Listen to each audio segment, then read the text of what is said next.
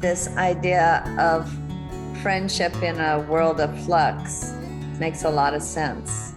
It's so tethering to feel as if one has even a friend, and how much more a circle of friends. Tried and trusted friends are among the most precious gifts a human being has, and all friendships must be cherished and protected as individual and irreplaceable elements in our lives. Friendship, the oldest of all social relationships, is part of the very essence of what it means to be human.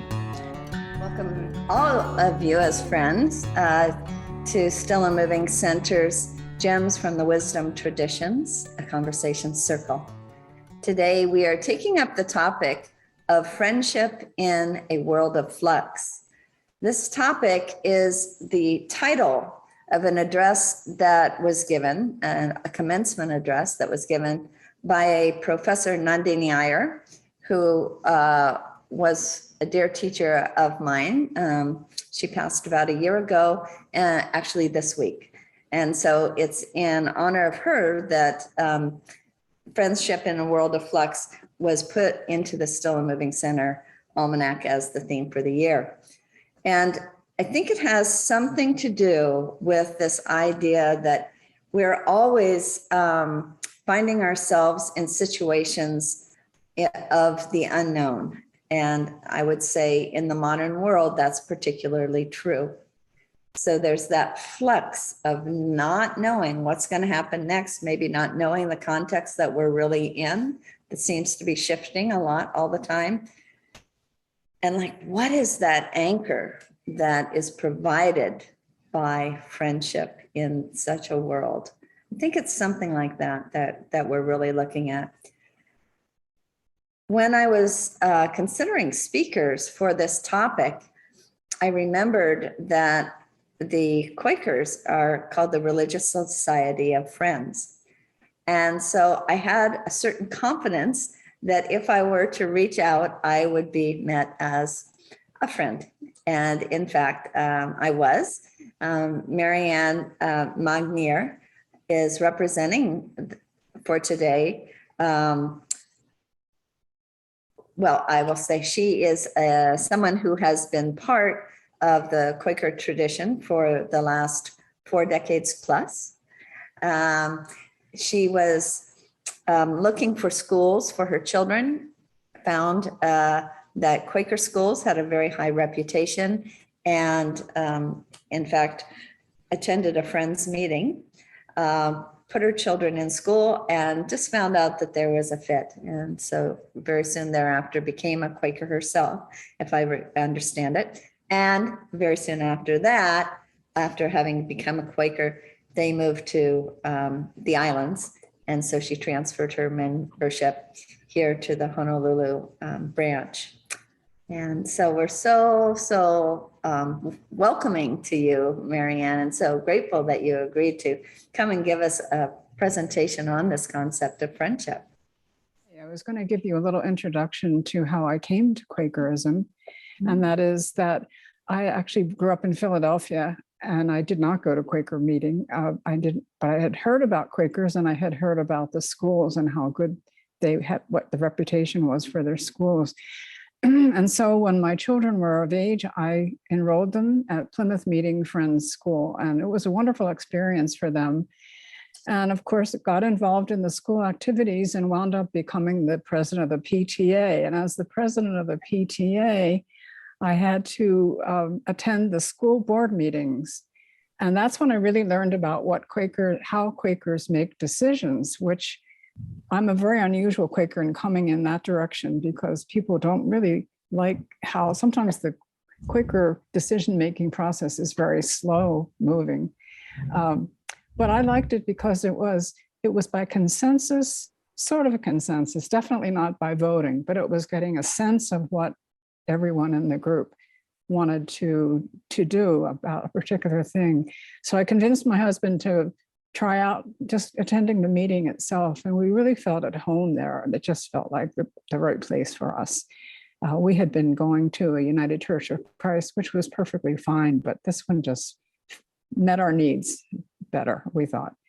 And so we joined there after a couple of years. And then shortly after we finally got around to joining, we moved to Honolulu and transferred our membership here. So that's how I came to Quakerism. Most people come because they're interested in peace issues. If there's a war going on, we usually get a lot of new attenders because that peace testimony that we have is something that draws them in. I came through that decision-making process. I thought it was a really good one.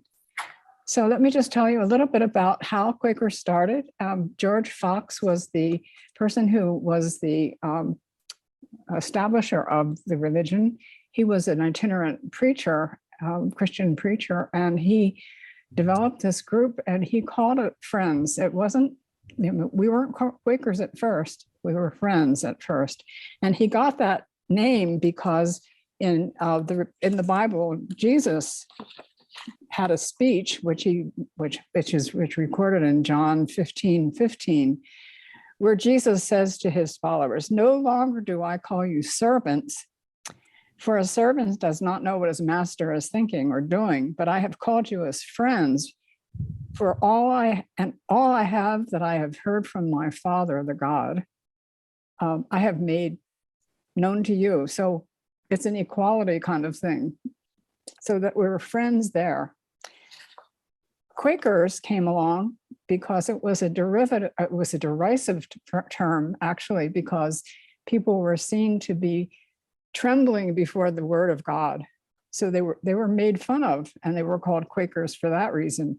But we've adopted it, and we kind of like it. And there are a lot of organizations are called Quaker organizations.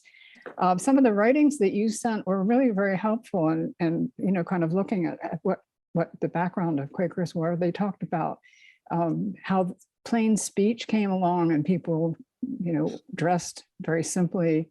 They call it Quaker gray, with bonnets and all the rest of those kind of things. But I also used the term thee and thou. And when my children were at the Friends School in Philadelphia, outside of Philadelphia, there were people there that still used those terms. They called each other thee or thou. So it was just a very interesting kind of thing. Was that an equalizing term? Were Yes. there different ways of Yes. talking to each other? I think it was, yes, I think it was. You was a formal term, I think. I'm not really great at that history of that time, but yeah, that was it. Mm. So I was going to tell you that the testimonies of Quakers, we call them spices. It's easy to acronym to remember. S stands for simplicity, and simplicity is this plain speech, and it's the plain dress, but it also means a simple life, not overdoing, buying many things and that kind of thing. The P stands for peace, and we've been known as conscientious objectors sometimes, and at least peace activists. And as the writings that you sent on talked about the fact that American Friends Service Committee actually won a Nobel Prize for some of the work that they've done for peace. We had an offshoot of the American Friends Service Committee on the grounds of the Quaker meeting. And it lasted for many years, and until about maybe 4 or 5 years ago, the Philadelphia organization that kind of sponsored it felt that it was not doing, it wasn't enough, there wasn't enough work for them to do that here. But it still continues the work, but it's now called Peace and Justice. So they still do similar kinds of work having to do with immigration issues, sovereignty issues, all kinds of local kinds of issues. I is for integrity, and integrity is knowing who you are and being true to the person that you are. I don't know if you've ever had to testify in court, but if you do, you have to swear or affirm. And up until not very long ago, you could only swear. Quakers don't swear because they believed that their word was true no matter what. So they shouldn't have to swear it because it was already assumed that it was true. So now you can affirm. And I was glad for that because I was a lawyer for 40 years. So I was able to affirm. The C stands for community. And a lot of what I would talk about today regarding friendship is having to do with community. We're sometimes called the beloved community. And so there is that friendship quality. And then the E stands for equality. And there is, it's a basic tenet of Quakerism. And the S stands for stewardship, and that has to do with taking care of our own things. It also has to do with taking care of the climate issues. So we're kind of all involved in those kind of things, but we are the Religious Society of Friends, also known as Quakers. When you said that this topic was going to be on friendship, I was thinking, we all have to deal with those kind of issues. That is not something that's unique to Quakers for sure. One thing that is a little bit different is that in a religious tradition, at least, we don't have ministers. And so every person in the meeting is considered to be a minister, and they all have a responsibility to take care of the people in the meeting, to be aware of the people in the meeting, and to be sensitive to issues that have come up with those people in the meeting. One of the things that I've noticed recently is that friendship is kind of difficult in these times. I have a friend, and I'm sure a lot of people have friends that have hit hard paths because of political differences and religious differences and those kind of things. And it's a really difficult time to try to keep our friendships alive. William Penn said how important it was to keep your friends. Make sure that you choose your friends well, and then keep them forever. Choose them as if you were choosing a spouse. And that's kind of an important thing. We have a meeting for healing every Tuesday, and people come to that and ask for various people to be held in the light. We have a lot of terms of art that we use, and being held in the light means kind of praying for them in a way. So people share that they're going through some kind of difficulty and that kind of thing. And so this group meets on a regular basis and holds them in the light, holds a worship service at the end of discussing what's going on in their relationships and their families and their sicknesses and their difficulties. So that's what friendship is all about. And I don't think that we're different. I don't really think that we're different. I think we're all having times that we need to go through. And our friends keep us going, though. One of the things that, even though I was pretty strict about keeping protocols for COVID, because I'm 80 years old and I wanted to make sure I wasn't going to be, getting sick. But I was really appreciative of having Zoom, because here we can meet people from all the islands. I can keep in touch with my family. I can keep in touch with my friends that I've grown up with and people that I've met recently, that kind of thing. So if it's okay, I'd like to just give you a little review of what meetings are like. We usually are called monthly meetings. And the reason that we're called a monthly meeting is because on a monthly basis, we have a business meeting, which we take care of all of the odds and ends of businesses that happens in our meeting. I happen to be the clerk at this time, which is kind of like a president, I guess. And the clerk's responsibility is to conduct the meeting for business, to elicit thoughts about particular things that we want to discuss, and find consensus for it. And I wanted to point to how long things can sometimes take. It took 100 years before Quakers finally got rid of slavery.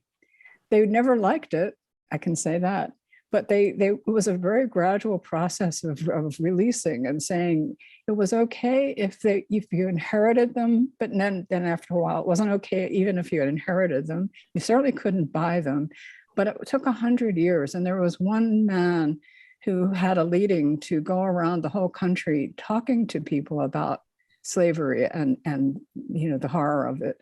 And so 100 years, that's how long it took.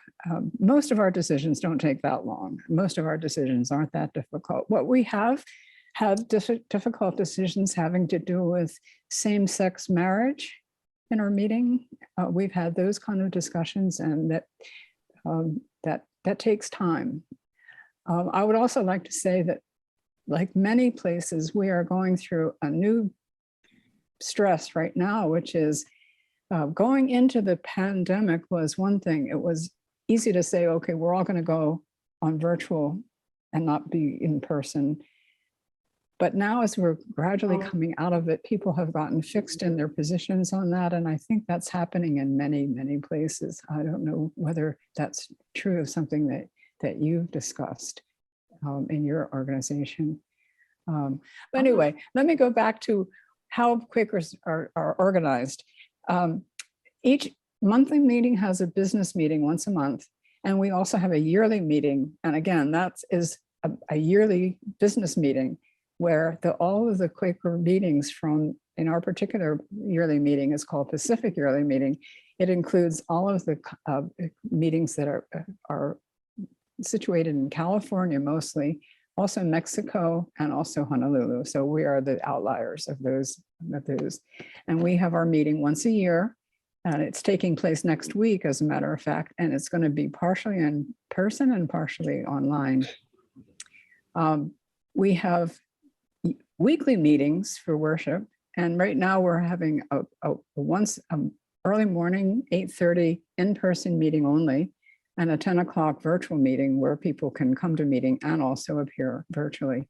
So we have a meeting for worship at which it's a silent meeting. We have some piano playing at the very beginning of it sometimes, but there's not very many people there in person. So if people feel led to speak, they stand to speak. It's something that George Fox believed, that we all had all had the ability to receive the messages from the light. We believe that there is that of God in each person. Sometimes that's difficult. You come across people that you really struggle to see that God in there, but that's our belief, and that we have no minister. So as I said, we're all responsible for the meeting. That's how that works. And our business is conducted by committees. So we have a House and Grounds Committee that takes care of making sure that the house is in good order. We have a Finance Committee. We have a Peace and Social Concerns Committee, and they do outreach as well as do sometimes picketing on different places. They stand out at the university and sometimes down by the Capitol. And also we have what is called Care and Counsel, what used to be called overseers, which we decided was not a very appropriate name. So we've changed it to Care and Counsel, and they take care of some of the hiring of a resident couple that maintain the house for us for a 2-year period. Anyway, that's what the organization is like. I have found it to be very, very warm, accepting, tolerant, and a good place for us to gather. We had our first outdoor potluck a couple of weeks ago, and that was really amazing. We haven't had one of those for 2 years, so that was a really lovely thing to do. We're located in the middle of Manoa. I don't know whether you know, it's near the university. It's on Oahu Avenue. But I mentioned to Renee that we have another process which is called worship sharing. And what that is we choose a topic, and then we ask the people to speak to the topic if they feel led to do so. They don't have to speak, they can pass, but we don't have people jumping in and responding to each other. They're just speaking from their own experience and from their own insight. So I would recommend that maybe we try something like that. Would that be all right, Renee? Oh, I think that sounds. If there's any questions, I'm sure I've jumped around a lot. If I understood what you were saying, we take our topic of friendship in a world of flux, and then we just pass through the circle. And everyone can either choose to speak or pass. Very touched by the kind of core concepts that you talked about in terms of simplicity, peace, communal healing, integrity, equality, and how those all kind of work together. It seems to me that that's a big part of what friendship is this sense of equality, a sense of trust and integrity. I was just, I think that gets at that idea of a community of friends. So thank you for sharing that. I love this idea of silence in your meetings unless somebody is compelled to say something, and that in that moment there is space held for that person to speak whatever is on their heart or mind. And I really love that cohesion or insight into the inner structures of the Quaker faith. So thank you for teaching me something new that I didn't know. Thinking about sitting in silence,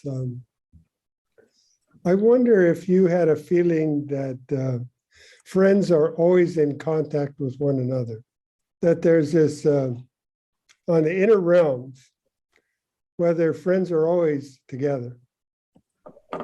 Yeah, I was thinking about William Penn's declaration that friends aren't parted at death, but it's like they're being separated by a voyage across the sea, but they're never really separated. So I wonder if that's true in life.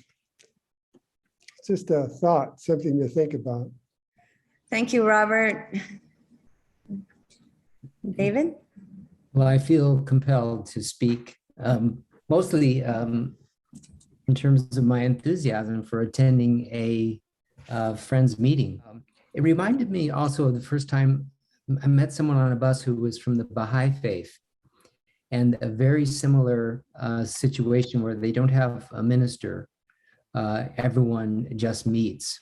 I didn't know much more about that, but she described it so poetically. She said, we consider that we're all like flowers in the garden. And I just lit up when I heard that expression.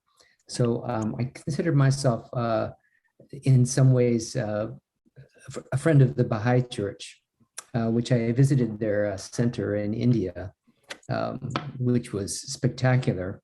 And it's mostly about meditation and silence. And it sounds like there's probably some similar roots. But I also was reflecting on, in my upbringing, one side of the family was very fundamentalist Christian.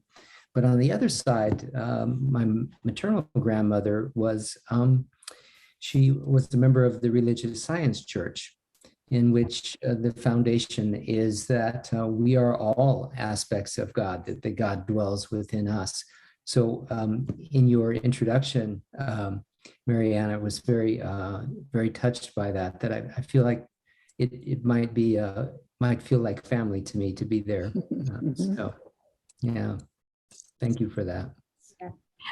Friendships in a world of flux. I really appreciated the idea of friendship being simplicity, peaceful, and having integrity, having a beloved community, equality, and caring for each other. And as the stewardship. And it feels like that really is what friendship is. And especially in this world of flux with so many polarizing ideas, friendships have become very strained, has been families and our world and our whole nation. And I look at some people, and I mean, I really, what I try to do with my relationships is love the heart of the person. It's not just their beliefs, but it's who they are, because we have very close friends that are very diametrically different than us in many beliefs. And I've had people say, well, how can you do that? Because I love them and they love me. You know, it's like there's a beauty in them of caring and love. It's almost, my example is if we had different religions, then it would be okay. And I've had people say, well, they feel so they don't have the same values, but the truth is they do have the same values. The people that we're really close to, they have open and loving hearts, and they're very caring, and they see things differently, but we all see things differently. So I think in a friendship in a world of flux, to me, means loving the heart and knowing we're all one, even though we have different beliefs, and we can have very, very difficult beliefs, but and I need to admit that some of the people that have very different beliefs, we don't talk about it at all, because it is like I see white or they see black, or vice versa. I don't want to paint it either way. Maybe I see black and they see white. So we don't talk about that part, but we talk about the other fullness of life. Or my spiritual practice is very important, but I'm really friends with, that's not really part of their life. But I feel that we are one in many areas. So I think especially in our culture and in friendship in a world of flux, we need to have more of an open heart and a loving caring, and see the heart of a person and not just get stuck on their belief systems.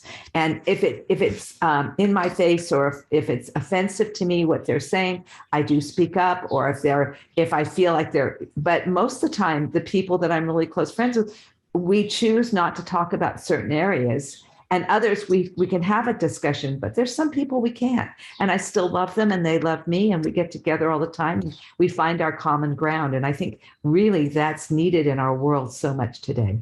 So when I think of friendship in a world of flux, that's what comes up for me. And so I really loved it, Marianne. Thank you, because I think the idea of simplicity, peace, integrity, community, and equality and stewardship are really the banner of what friendships are. So thank you. I really enjoyed your talk. Thank you, Mary, for your presentation. And I think what is very important, what you said, is about community. There is a philosopher named Josiah Royce who wrote at the end of the last century. He lived till 1916. And he often wrote about the beloved community. He was a Christian, not a Quaker. But what he considered most important about all the relationships in the community and friendship was loyalty. That without loyalty, you can't have anything. You can't have friendship. You can't have marriage. You can't have devotion of any kind. And I wonder if you could speak to that and its importance to the Quakers, especially. I was just thinking that, in the course of television history, for example, the comedy series I Love Lucy, it was unheard of to have a biracial marriage, and not necessarily in the topic of friendship, but in the topic of two cultures kind of mixing in a time when it wasn't heard of, or, even for the fact that they were expecting, they couldn't say pregnant at that time, but they were expecting a little baby. I think that paved the way for so many television sitcoms to this day. So what we were talking about as being open and adaptive to all sorts of situations, same-sex marriage, transgenderisms, things of that nature. I think that we've seen it from a very early age, and it's often been perceived as a challenge for many of those groups.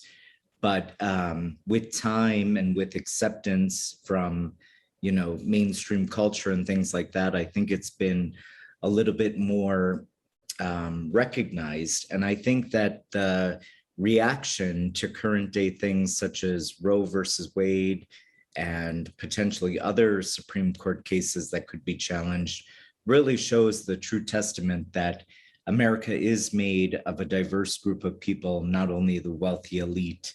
And I think that it's being demonstrated, especially under this leadership. So I'm very proud of the nation for using their voice in a positive way. and non-harmful to really show what they believe? I was remembering times when I've traveled abroad and been in places where everybody was speaking a different language than my own. And I have also remembered being on remote hiking trails and not seeing anybody for a very long time until finally coming upon someone. And then to hear someone speak my own language, or to have someone appear, another human being appear in a remote wilderness, was very relieving to me. And I think it says perhaps something about what friendship is. Friendship is seeing and feeling a warmth toward someone we recognize. And as I was reflecting on it, I think it's also being seen. Friendship has to do with being seen and recognized by someone else. And there's such a comfort in that. And when we think of so many people in the world who are so lonely, and it was just suggested in a meeting I attended a little while ago, that maybe some of these very violent acts that have been taking place are just being done out of this sheer sense of the terror of complete loneliness. And how important friendship is, and to extend that sense of friendship whenever we can, so that people feel seen and recognized and cared about. Do this, Marianne. Is it your turn now? Because we're in uncharted territory. Charter territory. Well, no, there's no summary taken. It's just we leave people with what everybody's thoughts were, and you can kind of mull over those thoughts in your own place. But I wouldn't mind answering some of the questions that a couple of people had. I don't know how to speak to loyalty. I think people are loyal to the meeting because they come regularly. So I don't know. You asked about loyalty, and I thought that's an interesting question. I have to think about that one. The silence of a meeting, why we do silence, it was George Fox's thought that we should be silent, awaiting the presence of God, waiting for something to come through, a message to come through that we could speak to. So that's why silence. And even children come to meeting and sit through that silence. It's a real challenging experience for young children to sit through a quiet meeting like that. At the end of business meeting, there's not a summary at the very end, but each particular decision that's made, a minute is generated, and the meeting has to approve it. And my job is then to say, I feel that there is a sense of meeting that is approving of this particular minute, and so then we record that minute. The end of an actual meeting for worship is the clerk usually shakes hands with the person next to them, and then that breaks the silence. And then we introduce visitors that may have come, and we have announcements. Of course, there's always announcements in these kind of places. Let's see. And getting a sense of the meeting is kind of a tricky thing. I don't know how we do it. It's sort of, you just kind of get a feeling for, you see heads shaking in agreement, and you see people that are not agreeing. You can tell that there's some bodily movement that makes you realize. And so there's a lot of having to be aware of where people are and what their feelings are. So that's what the sense of the meeting is. It's just, once you get that sense that people are all in agreement, then that's the sense that we record. So during the meetings, when you guys are, having your silent space and time, do people participate with their eyes open in a very awake state or closed? It really depends. Some people actually fall asleep in meeting. Most people are just they're meditating essentially. They're listening to their own internal thinking. So some people keep their eyes closed, some people keep their eyes open. I had another thought on loyalty, related to the sense of integrity. I've heard that, of all of the American relationships between Native Americans and the other people, that the only group that actually kept their word to the Native Americans were the Quakers. And the Indians said, when we negotiated with them, it was very tough. I mean, they're not easy. We really went through and came to the agreements. This is that. Here's your land. This is my land. And we made these agreements. And then they had the integrity to say, well, this is an agreement between equals, and you can trust that we will keep our side and we will expect you to keep your side. And that was never done with Native Americans except by the Quakers. Mm-hmm. Diana's always inspires my thoughts. And I got to thinking from what Diana said that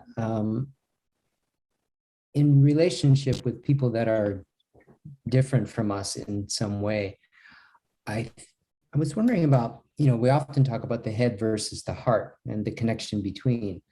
And I think that we are all much more aligned in our hearts than we ever are in our heads. And, I'm taking statistics right now, and I'm looking at experimental designs. And I think it would be a very interesting experiment to see if we could measure, how different people are maybe in their heads and have different ideas, and then compare and see how they come out in terms of affect and in their heart.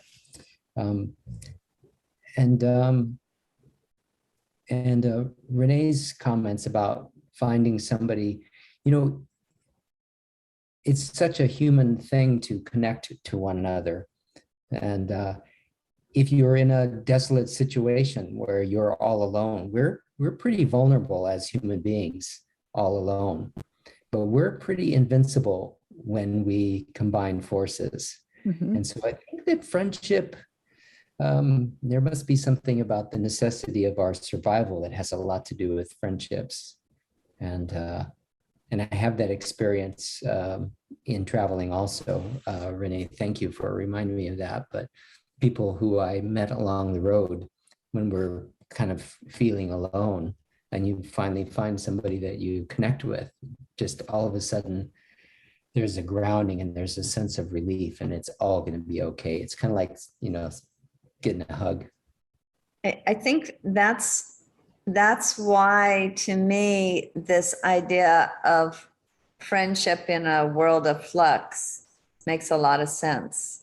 It's so tethering to feel as if one has even a friend, and how much more a circle of friends, and a vast circle of friends of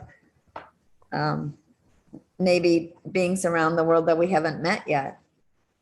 That's another one of my experiences from traveling, even to another town, is that all of a sudden I meet someone that I've never met before and just have this instant rapport. There are things that we have in common. Maybe it's another woman who has grandchildren that she absolutely adores, and we share that in common. Or maybe it's seeing someone do a really kind act and being touched and feeling like, oh, I'd really like to get to know that person, just from seeing that one kind act that they did. And so then I get this extended sense of networked friendship, even with people I don't know yet. But if I were to know them, I think I would be friends with them. So I kind of feel like they are my friends. I just haven't met them yet. And that it has a very stabilizing influence on my heart, my psyche, when there's all these other stressing forces going on. And all these things in the news that make it sound as if we're all so at odds with one another. And yet my experience is more, no, I'm feeling very, very related to so many people.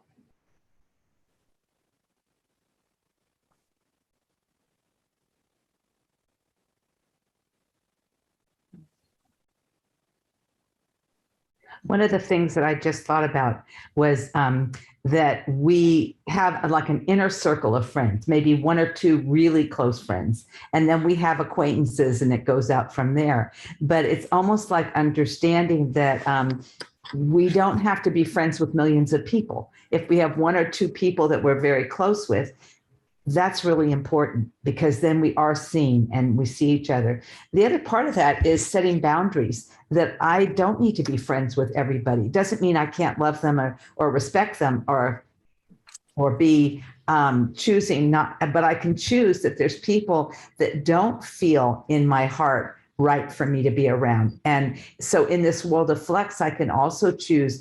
And what, in the Quaker, you have people together or different religions and meditations. And it's like, I choose to be around people that have similar values, at least in that way, or expressing it, because I can feel the energy of some people. And I just really don't feel that that's healthy for me. So, and I think discriminating wisdom is really important when we think about friendships, that we don't need to befriend everybody or take care of or be responsible for everyone, but that we can love ourselves and make also some clear boundaries that make friendships even more powerful.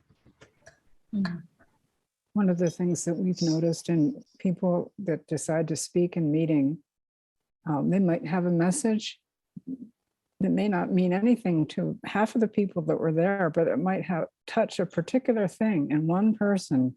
And it was really important that that message was given. So sometimes it's really hard to, that's why the trembling happens, because it's kind of scary to get up and speak something that came to you, but maybe it will touch one person and that will be helpful for that one person. It seems to put a very special obligation on everyone to listen carefully. I mean, to pay attention and to try to understand what that person is saying from their point of view. Yeah, and also speaking of friends, I've met so many people through the gems. In fact, virtually everyone here, except maybe Renee and Kevin. Diana, I'm not sure I've ever met you in person, but I feel like I know you well, and I certainly love you. And same with Bob and Carol Ann and Kevin, Judy, and I really look forward to actually meeting you all in person at some point. So I thought I would read a passage just in case you didn't have the opportunity to read it. Or actually, Kevin might have better access to it. Could you read the passage from Nandini Iyer from that article, Friendship in a World of Flux, for us, Kevin? Sure. Tried and trusted friends are among the most precious gifts a human being has, and all friendships must be cherished and protected as individual and irreplaceable elements in our lives. Friendship, the oldest of all social relationships, is part of the very essence of what it means to be human. One's friends are that part of human race with which one can be human, said Santayana. Without it, life loses its joy. A friend is not simply a person who agrees with you in everything. True friendship allows for disagreements of opinion, differences of temperament and talent, distances of outlook. It cuts across all such disparities and variances at any one time, as it can transcend changes in each individual over the passage of time. For the essence of true friendship is that each individual remains himself or herself. Neither becomes a copy of the other. There must be spaces between friends, because without spaces, there is no room to grow, and the relationship becomes stifling rather than creative. So you are not expected to become the other person, nor the friendship conditional on each being exactly like the other. Though you remain yourself, your friend becomes the catalyst that changes you for the better. Each helps to draw out which is best in the other. Friendship should help us to bring out our strengths, not our weaknesses. A relationship in which only our weaknesses and sense of dependence grow is not a true friendship. A friend may be able to see us in hidden gifts and strengths that we have not discerned, and yet at the same time can offer criticism, the advice that enables us to deepen our own perception and to polish our own personalities. Each human being is, after all, like a hidden diamond, possessing an innate worth, nevertheless needs to be discovered, cleaned, polished, and faceted. It is to reflect the light of the soul and show its brilliance. I'd like to thank Marianne for your presence today and your offering to us. It gives us something that brings us together, and bringing your wisdom and a whole new facet to this gem. Very much welcome your thoughts, and I felt your heart in it. And I know we often spring these things on people at the very last minute, and you just rose to the occasion so brilliantly. I really, really appreciate your contributions today. So thank you so much. Thank you all so much. This was really quite a pleasure. Truly an honor to have you. And, you have forged the way for GEMS in terms of understanding a religion that we've never had a presentation on in the 2.5 years that we've been meeting. And what a valuable contribution this religion has to all of our perspectives, and actually how valuable it has been to shaping American history and world history. So it feels as if I'm speaking for all of us in just really deeply thanking you for the friendship that you provided in giving us this insight from your many years of love and experience with it. Thank you so much.